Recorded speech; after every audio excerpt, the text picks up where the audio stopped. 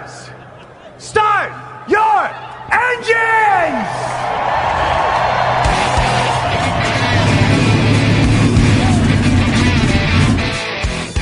Pick the pace car! What for? Because you hit every other damn thing out there, I want you to be perfect! When I'm driving, I got a guy on the radio who talks to me. It's him. He talks to me. Well, I wanna be a race car driver. Pretty girls eating from my hand, yeah. Wanna live a life of fun and danger. No sweating working for the man, alright. Hey, race fans. Welcome to the Hoobazoo Radio Network and welcome to Drafting the Circuits. My name is Frank Santoroski. I'll be your host for the next hour as we go over everything in racing. And tonight is our season-ender show of 2020. I realize there's a Formula One race or two that still need to occur, or three. Yeah.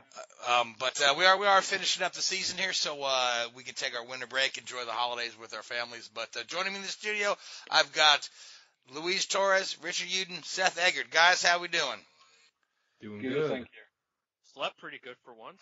Yeah, I read all about that on your social media, how well you slept last night. So that's certainly newsworthy. Hey, but take it from me. Get COVID and you'll sleep like a baby. There you go. So let's not take your advice and get COVID. But before we get into our season wrap up, what I want to do, there's a couple of just news items we need to touch on really quickly. Now, last week we had a guest on the show, Mark Dill, and we utilized the whole hour speaking with Mark. And if you hadn't had a chance to listen to that show from last week, Mark was a fascinating individual, and it's a very, very informative show, especially if you're interested in the history of racing.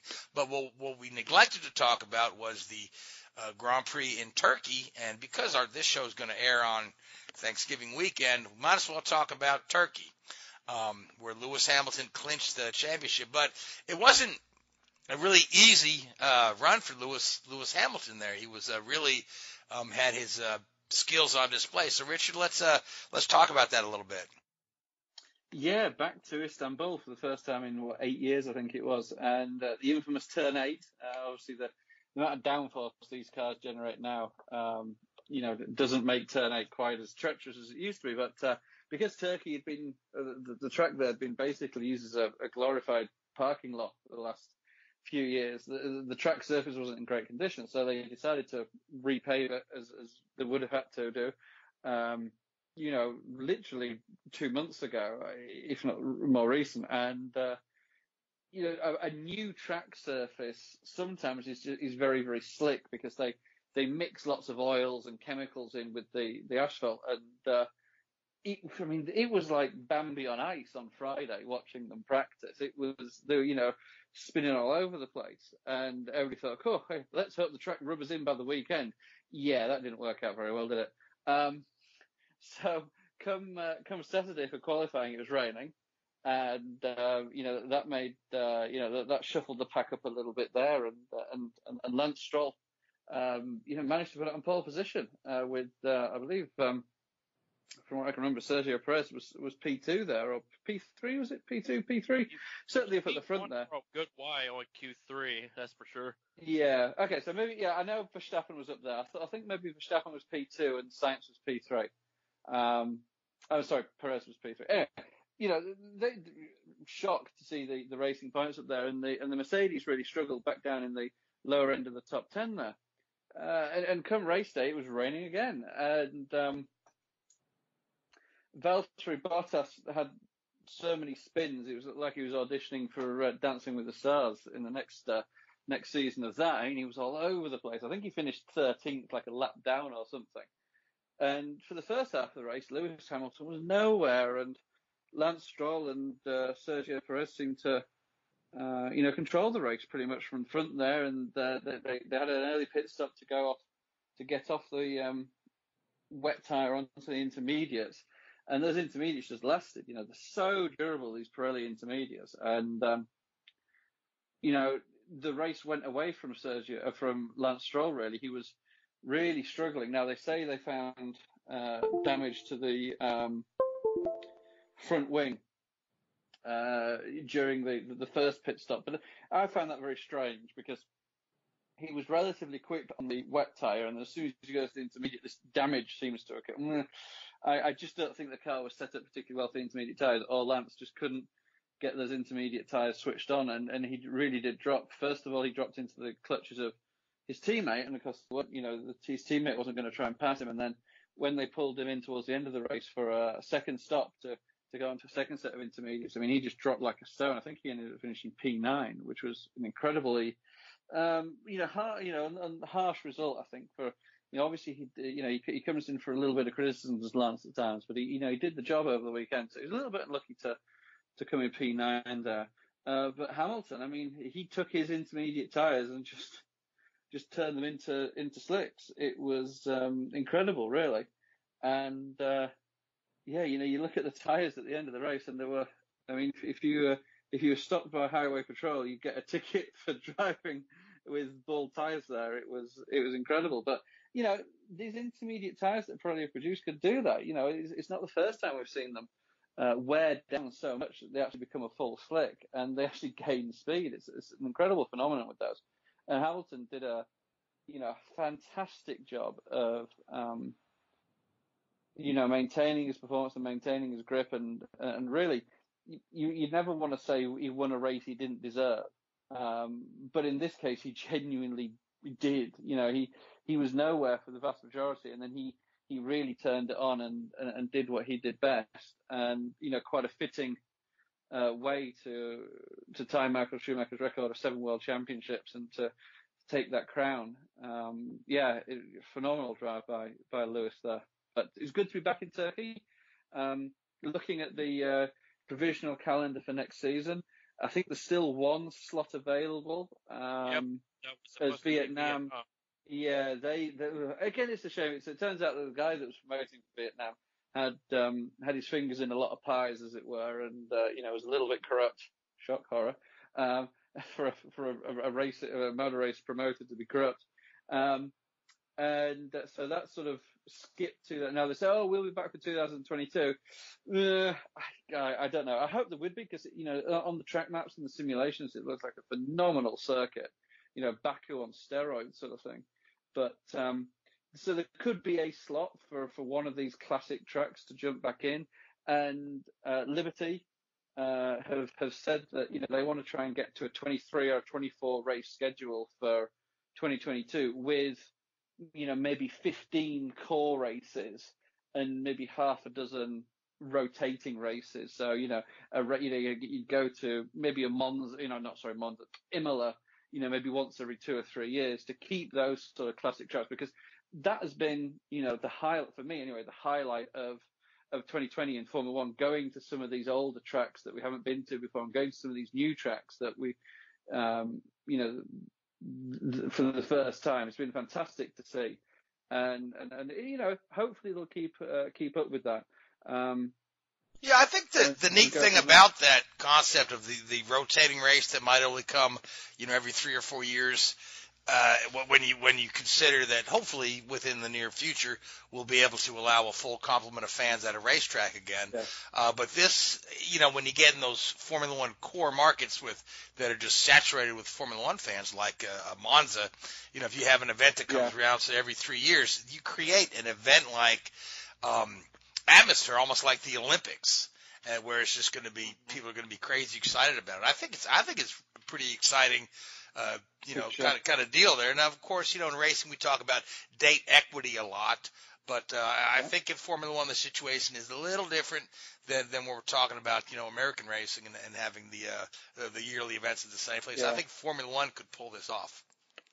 Yeah, I mean, the big problem for Formula One, and why you see a lot of circuits, like, for example, Turkey, Malaysia, it'd be great to go back to Malaysia. That was a phenomenal circuit.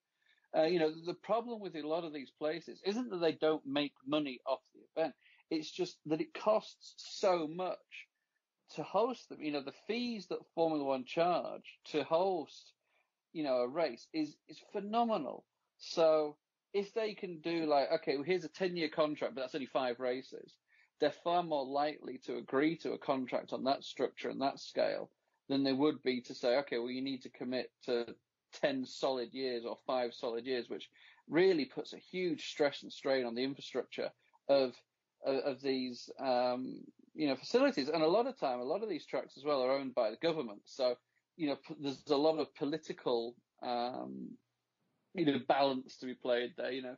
If you're up for a re-election, do you want to be pumping $100 million into a Formula One race when you've got hospitals and schools that are falling down? So it's a balance. It's a balance, and we have for sure.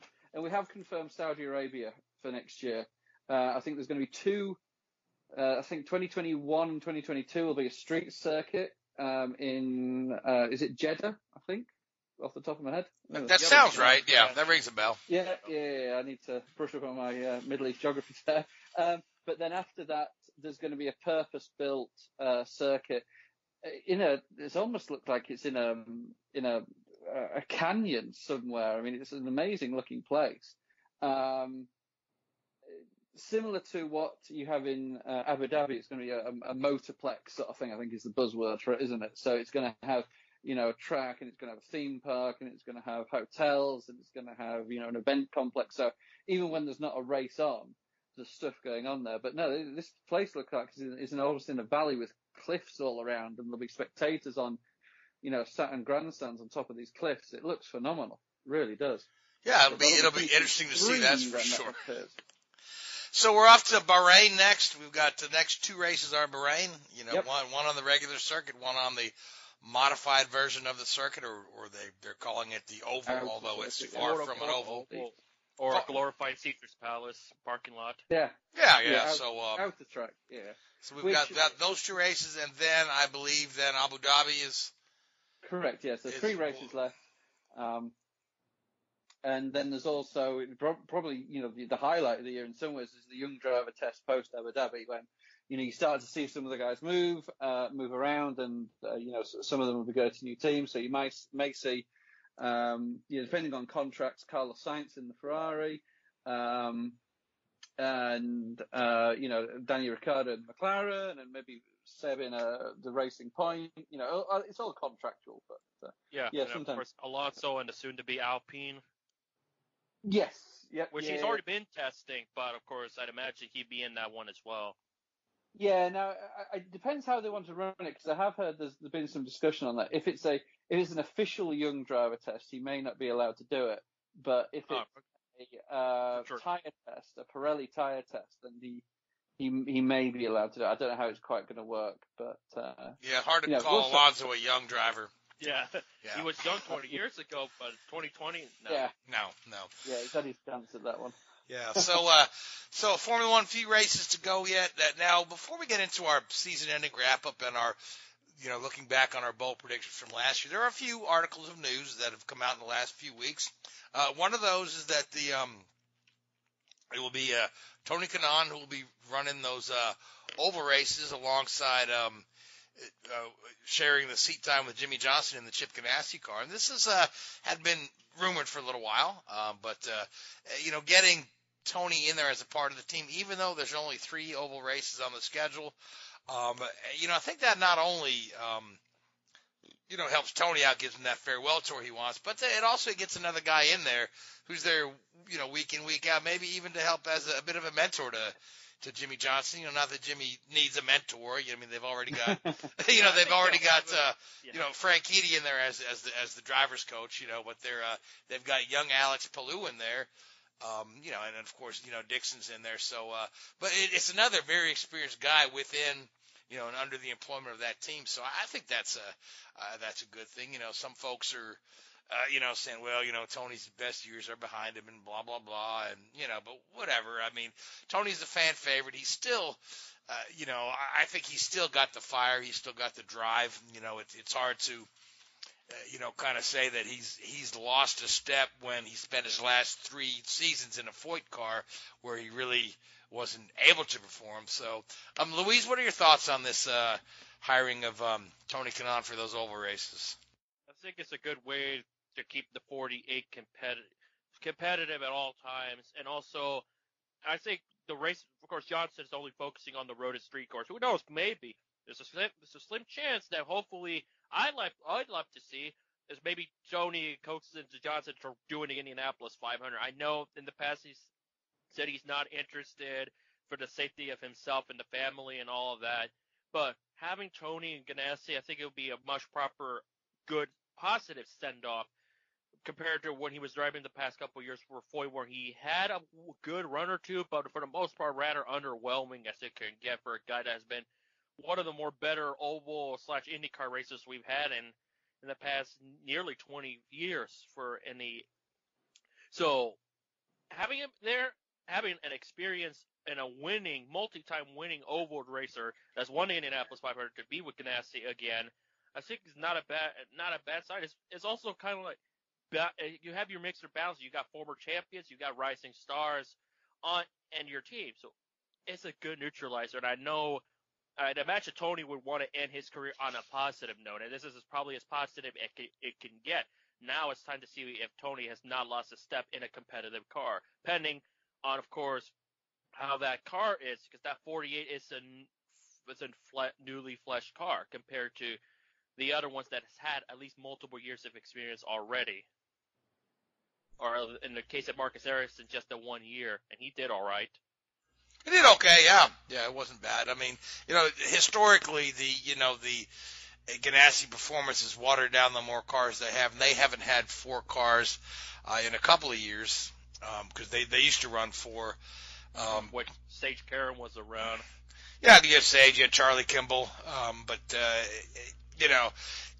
I want to say Ryan Briscoe was in a 4th Ganassi car for a little while as well, but it just seemed like, it started at the top with, Dario and Dixon, and the results were watered down all the way down to the 4th car, but, who's to say that we can't have multiple successes in the Chip Ganassi team again, a la Penske. So, with that being said, Seth, there's a couple of movements in the truck series, some announcements to talk about. Yes, there are. Ryan Truex is going to run full-time for Nice Motorsports in the number 40 truck. Rafael Lessard has joined GMS Racing for at least 12 races, although they are working on funding for a full season. And I believe Chase Purdy also has joined GMS Racing. And John Hunter Nemechek has jumped down from the Cup Series to replace Lessard at Kyle Busch Motorsports. All right, so a lot more guys getting their 2021 plans in line, Yep. which is good to see. We'll have a lot of seats full in the truck series there. So, yeah. In addition to those truck series, Spencer Boyd will stay with Young's Motorsports, and Mike Hillman Jr., who was Lessard's crew chief last year, will go to DGR Cross to call the shots for rookie Haley Deacon. right, and do we say something about a new Cup team on the horizon as well? Technically, yes, they're Live Fast Motorsports, which is BJ McLeod and Matt Tiff. They're co-owning a Cup car. BJ McLeod already had some Cup cars in his stable, so it's I would say it's him going from part-time to full-time. And they're essentially taking the place of Go Fast Racing in the Ford Alliance system. They're going to be aligned with Stuart Haas Racing. BJ McLeod will be the driver. And as far as I know for McLeod's Xfinity program, that might mean a shift to only Fords, which if that's the case, that would bolster the Xfinity program for Ford Performance from 2 cars up to 5. Well, there you go. Now, these guys, they have a charter? Yes. Joe Falk, who worked with Go Fast Racing, is taking his charter from the 32 to the 78 at Live Fast Motorsports. Archie St. Hilaire's charter is still on loan to the Wood Brothers. Well, there you go. Now, speaking of the Wood Brothers, let's get into our bold predictions from that we made at the end of 2019. And, of course, I think that nobody could have predicted a lot of what's transpired in 2020. If we'd have predicted, the Indianapolis 500 will play to an empty house, we'd have been In laughed August. in August, yeah. So, but let's go through and look at our bold picks. And Seth, I'll start with you because you mentioned the Wood brothers, and your bold prediction was that you felt that Matt DiBenedetto would win that 100th win for the Wood brothers. It would likely happen at the Brickyard. And then you made a second bold prediction that at the Indianapolis 500, one of the Team Penske cars would be bumped out. Now, you weren't highly far off on either one because, number one, there was nobody bumped at Indianapolis. But the Penske cars were, largely out of the spotlight at the 500. The race was dominated mostly by Scott Dixon until Takuma Sato took the point late in the going and was able to win the thing. And DiBenedetto didn't have a horrible season, but he actually finds himself in a make or break situation for 2021 with Austin Cindric lined up to take his seat in 2022. So, Seth, let's talk about DiBenedetto and what you feel like his 2021 make or break season could lead to in the future for him. Well, I'm actually looking back at that Brickyard 400 out of curiosity to see where he finished. He ended up finishing 19th. However, in both stages, he was inside the top 10. He was actually running 4th in the second stage, and he was running 7th on the final lap until he and Austin Dillon got together, and they both wrecked in turn 3. So he would have actually finished in the top 10, so I still wouldn't have been too far off on that prediction. As far as 2021 is concerned, DiBenedetto this season has had a career season for him. So I wouldn't be surprised to see more of the same next year. They still have the Team Penske alliance. Austin Cindric, yes, is going to run part-time in, well, whether it's a 4th Penske car or on loan to another team or even a second Wood Brothers car, I don't know. But DiBenedetto knows he is in the final season of his Wood Brothers contract as of right now, unless something dramatic changes. So he already knows that he can start looking for 2022, and I think that might give him at least a vote of confidence that and some momentum that he actually knows to a certain degree what his plans will be for 2022. Right, but he's going to have to perform. Yeah. The better he performs in 2021, the better case he can make for, hey, hire me in 2022. I just really feel like this is a fine moment for him to give it everything he's got and showcase his skills the best he can. Well, one of the places I expect, at least in 2021, for him to do better is the fact that there's 6 road courses, and he is usually pretty good on the road courses. So I'm not saying he would win. I was going to say, especially with Chase Elliott, Martin Truex Jr., and Chase Briscoe on track right now. But I wouldn't be surprised to see him up there contending more often. Right. So then your other prediction that a Penske car would get bumped. Now that was bold. But of course it was bold. But to your point, the Penske cars were not as spot on at Indianapolis as they have been. Like they won in 18 and 19 quite handily between Will Power and Simon Pagenaud. So, and the Penske cars were. They were on and off. They're hot and cold this year. They had a tough time getting the season going. Now, Newgarden was pretty solid all year, but he just lost too much ground to Dixon at the early part of the season. Now, next year, Penske is expanding to 4 cars, and it's been a few years since they've had 4 cars. They've got Scott McLaughlin joining the fold there. So, what do you feel about Team Penske for 2021? Well, back to their winning ways, or is Dixon looking at number 7? Well, first touching on the bold prediction part, honestly believe there would have at least been bumping had it not been for COVID-19, because there were a few teams that either pulled out or shuttered completely, whether it's IndyCar, NASCAR, or other series, especially ARCA this year. But outside of that, looking forward to next year, I don't know. Team Penske, outside Joseph Newgarden, at least this year, and Newgarden and Pagenaud the year before, I've almost felt like, at least on the IndyCar side, they've been on somewhat of a downward trend the past couple years. Unless somebody else can challenge Dixon, I think we might be looking at number 7 for Dixon. All right, you heard it there from Seth. Number 7 for Dixon. So now, Richard, when I asked you to make a bold prediction at the end of the year last year, you came at me with like 4 or 5 different ones. You said, first and foremost, that Ferrari would have an excellent car and Leclerc would win the championship. And then you went on to say that in the wake of Leclerc winning the championship, Vettel would leave the team. You also said you have that half right. Yeah. You said Lando Norris would be a rising star. He would push his way into the top 3. You said that Tyler Reddick would be better than Austin Dillon.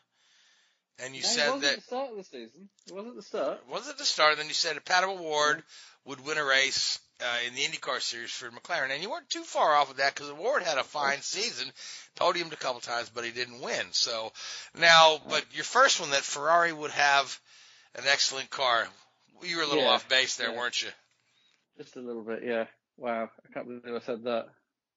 Yeesh. Yeah. So Ferrari's looking at a whole another year of a crappy car because with the rules pushed to 2022, there's not going to be a whole lot of development on a 2021 car. So, but how do you see Ferrari improving at all, even slightly, or do you see them slipping even further back as we see teams like AlphaTauri and Racing Point improve? I mean, I haven't looked deltas between the start of the season and where we are now, but I think Leclerc certainly has put in some pretty damn good performances over the last half dozen races that have probably put that car maybe where it doesn't deserve to be. I think Imola, he had a good, strong qualifying performance, and he should have podiumed at Turkey, but then Seb's got his podium there, which was good.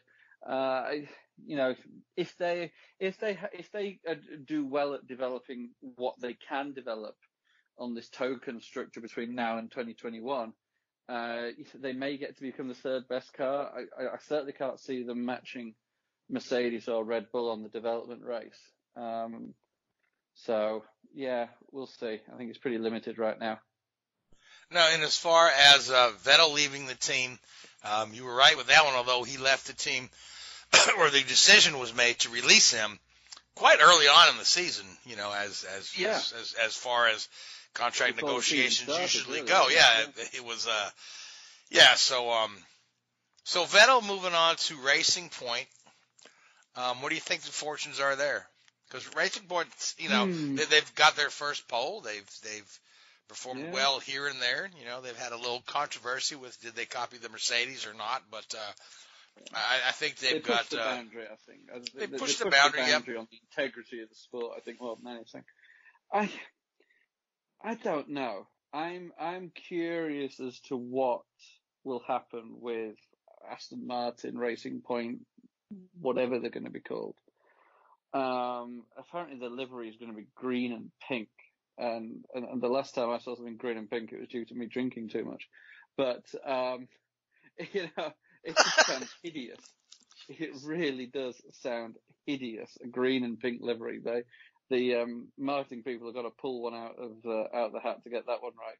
But yeah, I don't know. I really don't know. It all seems very contrived, doesn't it, that team? All around Lance. And I think if Lance wasn't there, I'd be a little bit more optimistic about it, in truth be told. But I just think what is Lawrence Stroll doing here? Is he trying to build a team for his son, or is he trying to actually build a championship-winning Formula One team? If he's trying to do the championship-winning Formula One team, first move's good, bringing in Vettel to get that experience. The second part of keeping his son in there is not such a good move, because I really don't see. I mean, Lance, don't get me wrong, he's a competent driver, but he's certainly not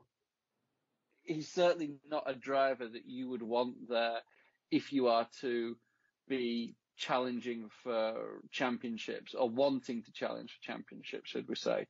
So it'll be interesting to see how they progress and how they develop over the next few years. And, at some point, I think if they want to be realistically successful, I think I fully expect Lance Stroll to be shown up next year by Vettel. And yeah, I mean, to your point, Lance has had some flashes of brilliance. He's had some great drives, but he's not. You have to ask yourself. Pastor Maldonado's won a race, for God's sake. Well, okay, and so did Pierre Gasly, but Gasly earned that one. Yeah, Gasly's got a little bit more about him. Yeah, exactly. But you have to ask yourself, would Lance Stroll even be in Formula One if it weren't for Daddy's money? And the answer is no. He probably wouldn't. He probably wouldn't be there on his own. And do you fire your own son? It's the Marco Andretti dilemma. So yeah. Except or the Marco showed quick flashes of brilliance and actually won, but that's besides the point. Yeah, but you're only as good as your last race unless your daddy owns the team. You see what I'm saying? So yeah. All right. So your other ones here, Tyler Reddick and Austin Dillon. What do you feel about Reddick's season? I feel it was acceptable. I don't think he was horrible. I mean, the turning point for Reddick was, I think it was Texas where Austin actually won, wasn't it? Because Reddick was running second in that race, and throughout the race was actually quicker than Austin. And then on that late caution where they shuffled them to the front, basically Reddick was told not to pass Austin, to all intents and purposes, on the radio. And since that point, and Austin got the win. The team naturally, with the playoffs, had been focusing purely on the performance of the 3-car there. So, I think that actually damaged Reddick's performance towards the end of the season. But for those early races, I mean, I think there's like the first 7 or 8 races, I think he outscored Austin in at least 2/3 of them or 3/4 of them. So I think he's one to watch in the future. Obviously we look at a lot of the other rookies and young drivers. I'm not calling Chase Elliott a rookie anymore, but he's certainly of that new generation winning the championship. And other guys coming through, Cole Custer and guys like that. There's a huge wealth. But Reddick's one of those guys, as he did with his 2 Xfinity championships. He just goes into the radar, gets the job done, nothing fancy, And I think he's a star of the future. I really, really do. It may take him a few years to get up to the front, but I think when he gets there, that kid's going to be good. So I think he, as I say, I think on raw pace, when the team was evenly matched, I think he did have the beating of Austin. Yes, and speaking of stars of the future, one of your other predictions was that Pato O'Ward would win a race, which he did not, although admittedly he had a fine season. And as we look forward to next year, he'll be retaining his seat with Aaron McLaren. He's picking up Felix Rosenqvist as a teammate, and Rosenqvist is a consummate professional. I mean, this guy has been good in everything he's done, and Felix won a race this year for Ganassi. So I think that can only serve to help O'Ward out, because his teammate this year was Oliver Askew, who was a rookie, which, mind you, the two guys can share data and whatnot, but they don't have the years and years of experience.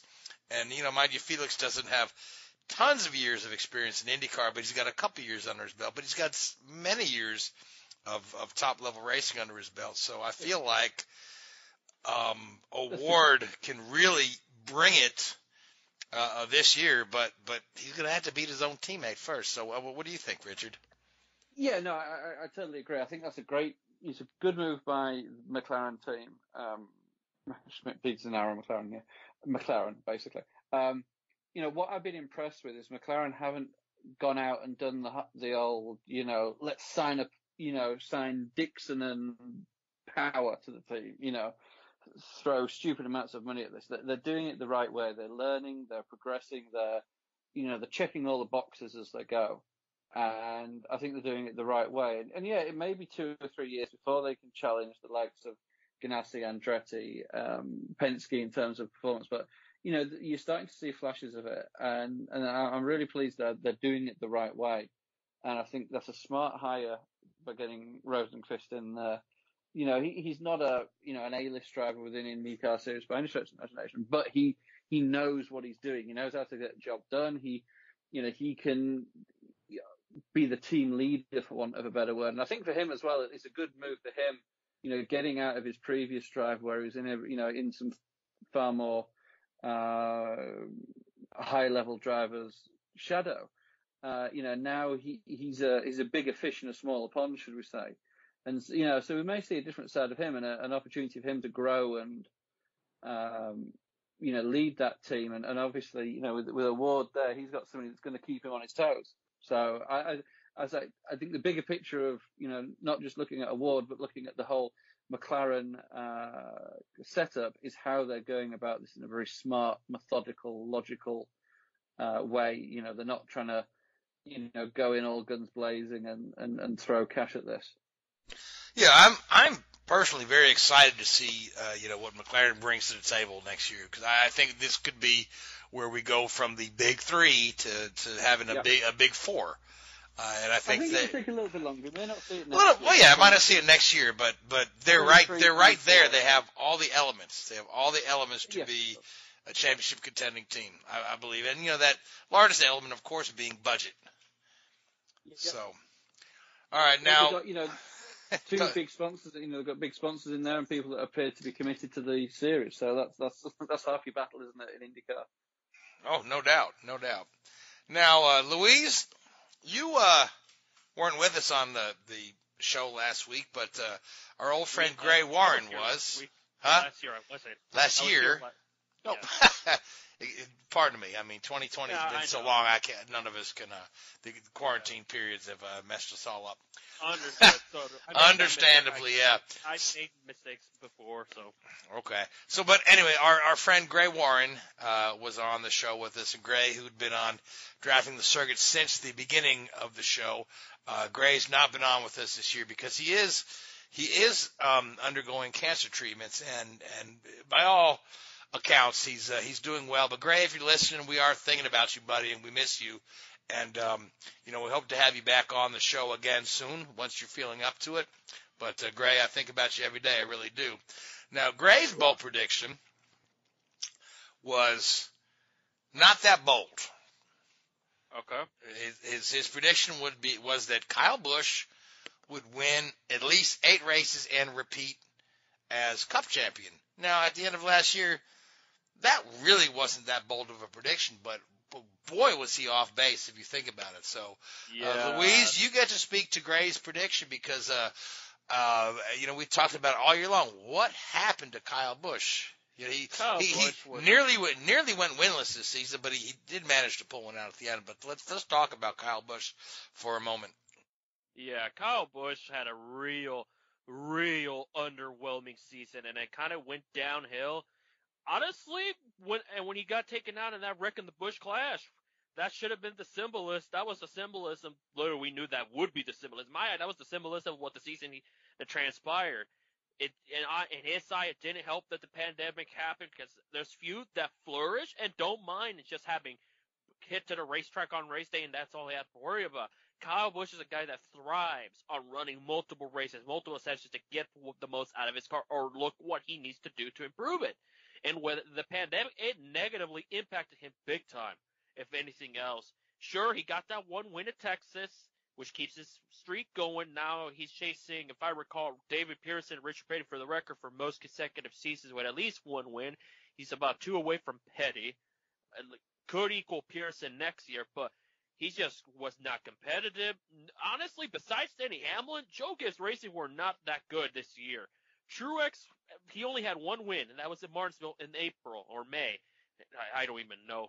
It's definitely not April, excuse me. Yeah, the calendar's so so jacked up this year.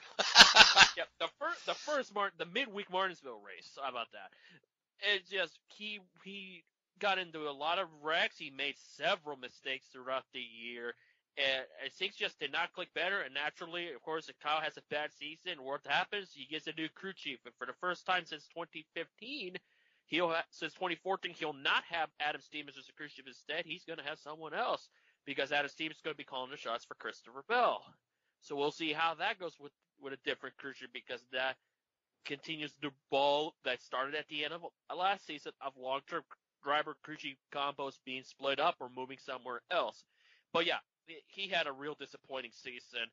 The Joe Gibbs, aside from Denny Hamlin, until the tail end, they just were not that competitive. Hamlin, and I'll say this too, Hamlin was not competitive at the very end.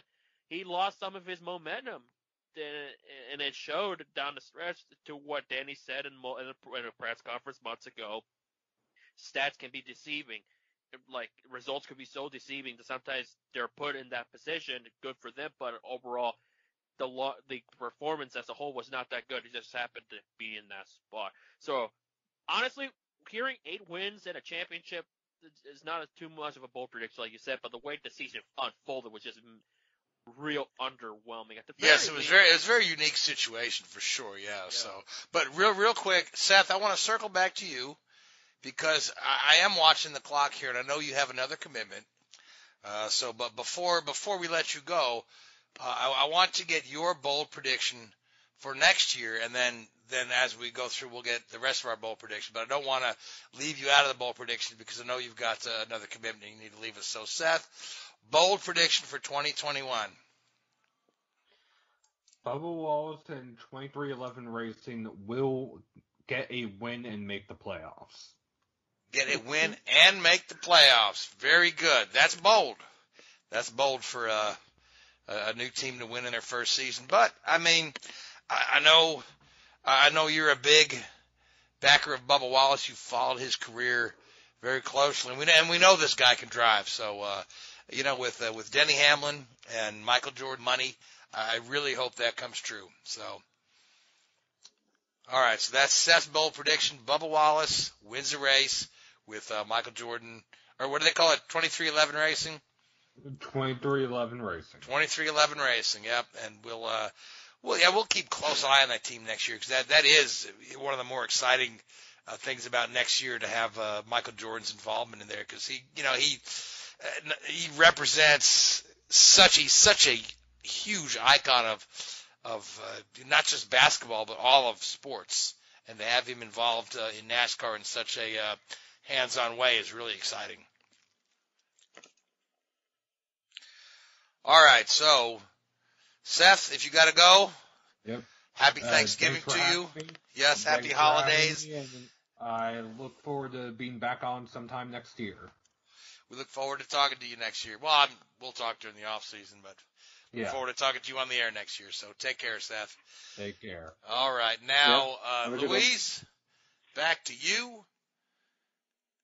Now you were going over Gray's bold prediction. And I appreciate that with being with Gray being absent.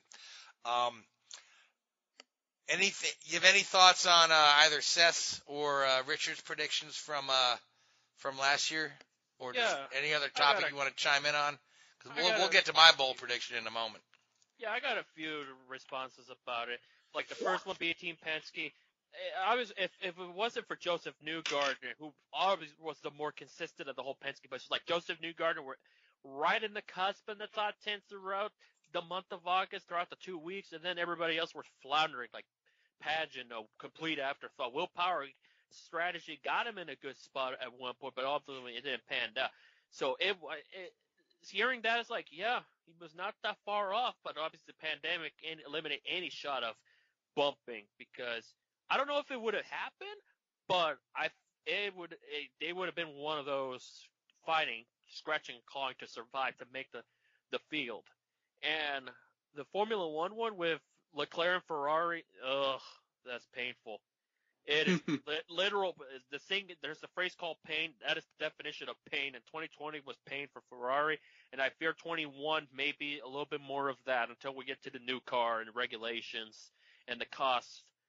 But remember, there's that budget cap coming up soon. So those are my main takeaways. And as far as earlier, as far as Lewis Hamilton winning his 7th World Championship and that win, easily top 5 legendary all-time performance for him, because Hamilton struggled not horrendously, but by his standards, it is horrendously a struggle, where he's saying the track is not as in quality as the worst he's ever ran, and people, as always, was like, oh, that means he's not going to win. Oh, it's going to be must watch. And then Hamilton, as always, it seems like every time he says something negative, very concerning, and he finds a way, and that's been the theme of this year more than ever. He's like, he says something, they anticipate, but then in reality, Hamilton just finds a way to do better than most. And it's almost like a reality TV show, isn't it? It's almost, I know it's not, but it's almost like, oh my goodness me, it's terrible. Oh, look how good I am because I managed to overcome all these problems. Yeah, even if it's not Mother Nature, it's Lewis Hamilton just putting people in tremendous suspense, but that was definitely an icon, not just because he won the 7th championship that happened to be. It's just the way he was able to get it done, the strategy, and just how ultimately he just pulled away from the Racing Point guys. It shows you why that's one of the more underrated things about Lewis's career driving. Yeah. He finds a way to get it done. It's like when people. I was glad that he won that 7th championship in the way that he did in that race, because it wasn't a race where he qualifies on pole by 0.2 of a second from Valtteri and a second from Max, and then just they managed the race over 60 laps or whatever, which could be like watching paint dry. It was a good, exciting race, and it did really highlight another dimension of his driving, and I thought it was a fantastic thing to see. It really did cap it off really nicely. Yeah, and that's what legends like him are made of. Like, he proved himself why he's an all-time great. And it shows now that he could be. I think he might be the first Formula One driver that is active and knighted. Wouldn't that be something? Yeah, could well be. There's been talk of that, hasn't there? I think there's a certain amount of taxation issues which may need to be resolved before that happens. Yeah, but wouldn't be something an active driver. For his work away from racing, you know what I'm trying to say. Philanthropic, I think that's the word, isn't it? Yeah, for what he does, and it's certainly this year how he's high. The work he's done away from the track has certainly been, uniting, with the sport and with the, everything we see going on around us every day. So it's good to see, and hopefully he does get rewarded for that. Yeah, for sure. And real quick on the other ones, De Benedetto, he had a good season. But he was just, in my eye, he wasn't all the way there like I kind of expected. I wasn't really expecting much. He made the playoffs, which I did expect him. It wasn't surprising, but a win and be competitive. He just didn't quite have it. We'll see what happens in 2021, knowing that I got to have a good season to keep himself marketable for 2022. And as far as Pato, that's honestly surprised me that he had a great. He finished 4th in the championship trail. He was basically best of the rest aside from Colton Herta. So that is a huge statement for him, because that guy might as well be Mexico's top racer right now or in the future, because who knows where Perez will go right now, who knows what will happen. I'll get more into it when I mention about the bold predictions shortly. All right, so let's get into my bold prediction from the end of the year last year. If you recall, 2020 was the year of the aero screen, and everyone was complaining about the aesthetics of it, and then some of the criticisms of it were, well, what happens when the car flips upside down and bursts into flames and the driver burns to death because they can't get him out because of the screen? And my prediction was that the aero screen would be put to the ultimate test, and it would save somebody's life over the course of the season. Now, we had some guys that had some really strong impacts. Ask you at Indianapolis, Spencer Pigot, There was somebody who cracked the wall hard at Iowa. I'm trying to remember who that was. Herta and VK, and also Willpower dodged the tire. Right. Yes, there were a few instances, but can you definitively say that the aeroscreen saved that driver's life? Not really, but it didn't hurt. You know what I mean? And we didn't see any situations with an upside down car bursting into flames to see how easy it would be to get a guy out. But at the end of the day, I think that as the season wore on, talk about the aeroscreen just kind of faded into the background. Once you watch the cars enough, you almost don't notice it anymore. It's like the Halo. The Halo in Formula One was the ugliest thing people had seen, but now you don't even notice it. Now, yeah, mind you, there's still, I miss being able to see the driver's hands and see the driver's head move around. But I'd much rather see that driver, alive to see another day. And be protected. So the only change I'd like to see, and in IndyCar it's not as much as an issue in Formula One, but I would like to see, especially in Formula One, the aero screen sort of match the driver's helmet livery, so you can tell who's who from a distance. In IndyCar obviously it's not too much of an issue because even if it's within the same stable of a team owner, they can have different liveries. But in Formula One, if you had Hamilton with his purple halo and Valtteri with that sort of Finnish blue halo, I think it would just give it a little bit of something extra and make it a little bit more distinguishable. Yeah, because the numbers on Formula One cars are painfully small and sometimes even hard to find. You can't put a number on a Formula One car. And also, you can't make it too big because you lose advertising. Exactly, yeah. So yeah, but I agree some that people don't know about the T-post colors being one to indicate number 1 or number 2 driver as well. Yeah, but it's so hard. And then which one's number 1 and which one's number 2? You're like, by the time you work that out. Some people may not know what the yellow or red means on the T-post. Yeah. No, I think a lot of people don't know that, but to Richard's point, if you that halo, if you just used bright colors on that match the either the driver's nationality or their helmet colors, I think that's a great idea. It would then you would know who's who because Formula One with the matching liveries, it is really hard to tell, especially if you're at the track and they're at speed. It's you used to be able to watch Formula One, especially in the 80s and 90s where the driver sat up fairly high in the cockpit and their whole helmet was exposed like there. A high chair, weren't they?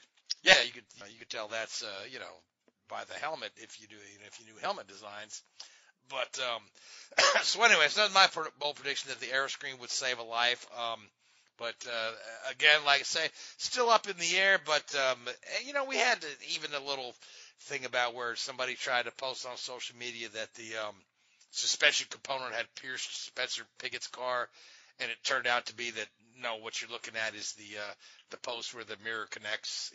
Somebody was trying to make something out of nothing. So put 2 and 2 together and get 5. You mean?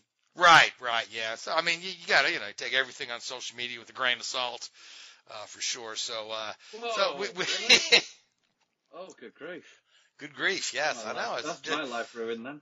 Yeah, well, just because it's on Facebook doesn't make it true. Yeah, so I mean, where do you get all your facts from? A guy on YouTube, but yeah, that's what some people on NASCAR Twitter picked saw. Which, good lord, this is when sometimes here I'm going to spend very quickly. If you hear it from somebody that is not fully involved in the business, don't 100% buy into it. Take the time to do the research and look up articles that tells you whether or not it's true or not, or listen to the sources that actually knows the source well enough. But what happens if that source racing? What happens if that source doesn't agree with your agenda, though? Then that's their problem, not mine. I'll stick to mine. Exactly. Exactly right. So anyway, we're getting off topic here, discussing social media manipulation. But anyway, so let's look forward to 2021 and make ourselves some bold predictions. I mean, again, like I say, a lot of what transpired in 2020, we never would have predicted. But 2021, with any luck, brings a little more normalcy back to the sport. There's exciting changes. And Richard, what's your bold prediction for 2021? Oh, let's have a think. Bold prediction for 2021. Good grief. It's difficult, isn't it? Chase Elliott to repeat. Not mean because he's had a bad dinner. To win the championship again. Okay. It is that bold. I don't know. It's not incredibly bold, yeah. Now, Seth's bold prediction that Bubba Wallace would win a race and make the playoffs. I thought that was a little bolder than yours, but it is hard to repeat. Okay, Hulkenberg to go to Red Bull. No, actually, my bold prediction. Here we go. I'm going to go there. Albon stays at Red Bull and wins a race. There we go. Now that's bold. Yeah. I feel so bad for who. Well, we'll see. All right, Louise, what you got? I got a couple quick. On the NASCAR end, I feel like a former Cup champion is going to retire after 2021. They're not going to be taking that new challenge with the new car. Okay. Do you have an idea which one? I think it's going to be a Busch brother that's going to retire. I'm not going to say which one. A Busch brother will call it a Cup career in 2021. Okay, that's not really bold because Kurt's already been hinting. That, okay. I was going to say. But okay. So, yeah, Here's the Cup. This is the one I would say. Kyle Larson will win a race, but will get bounced in the first round. Okay. Yes, right. He'll win a race, but will not make it far in the playoffs. Win a race and not make it far in the playoffs. Yeah, they'll get bounced in the first round. Round of 16, they're done. Larson's done. On the Formula One end, I'm gonna go with Mick Schumacher will score 1 point and only 1 point in 2021. Because Richard kind of brought up Nico Hulkenberg and Red Bull, but that's not really much of a bold one. But for I'm starting to think that Albon's going to stay there. You know, if you'd asked me 2 months ago, I think he was out. But there's murmurings, and it's just the way that Red Bull are handling it. I think he's going to stay there. You know. Yeah. So my bold pick is that Mick Schumacher will only score a single point in 2021, just 1 point. And as far as IndyCar, I hate to say it, I think Oliver Askew is going to go to Formula E with Andretti Autosport. Oh, yeah, that's not a bad possibility there. He's got a great relationship with Andretti. They ran him all through Indy Lights, so. Yeah, no. I just don't see Askew in IndyCar in 21, so I just see him in Formula E at most. All right, now my bold prediction is that Tony Kanaan silences all his critics by winning the Indy 500 and then riding off into the sunset with that as a crowning achievement of his career, winning his second Indy 500 and leaving the sport at the top of his game, putting the misery of the couple of years of Foyt behind him. Pulling a Sam Hanks. Pulling a Sam Hanks, sure, yeah. Or Ray Haroon. Oh, yeah, that too. He called it a career after that as well. Actually, Haroon was retired when they come up with the idea for the Indy 500. They talked him into coming back. So using a year-old car that had been wrecked, and the rest is history. But yeah, I think this is probably Tony's best shot at the 500 since he was in a Ganassi car last. The dude has always run well at Indy. He's led tons of laps at Indy, and I think that he's got a lot of critics. And I think he, honestly, just to listen to him, he brushes a lot of that off. But I think that he does let some of that get to him, and I think that it would give him tremendous satisfaction to silence those critics who say he's old and done by putting that feather in the cap of being a 2-time Indy winner and riding off into the sunset. So, or to the sports car world, which is the sunset for retired IndyCar drivers. So, but with that being said, we Really had a great time doing the show this year. As I look back at this year, I was looking back at all of our old episodes. I remember all of our initial pandemic shows where we had no racing to talk about. We had a show featuring, where we talked about iRacing, where we had a show where we did a trivia contest with one another. We had a show where we talked about old racing movies. Yeah. So it was a very different year. It was a very fun year. But I enjoyed every bit of it. I'm so glad that we finally got back to racing. I'm so glad that we're, finally getting some fans back in grandstands, even though they're socially distanced and 25% or whatnot. And I really hope that, by this time next year when we wrap up 2021, that we're able to talk about a massive crowd at the Indy 500 and big crowds at races and no virus, no COVID concerns. And I think that's what we'd all like to make for our New Year's resolution, that this whole thing goes away and leaves us alone. So with that being said, I want to thank you, Louise and Richard, and I want to thank Seth for coming on. I want to thank Gray for being one of the founders of Drafting the Circuits. And again, Gray, we think about you all the time. I want to thank the Hoobazoo Radio Network, iHeartRadio, Spreaker, and Google Podcasts. But most of all, I want to thank you folks that listen to us week in and week out. And we'll catch up with you sometime in early February as Speed Week begins. Until then, happy holidays. Good night. Who?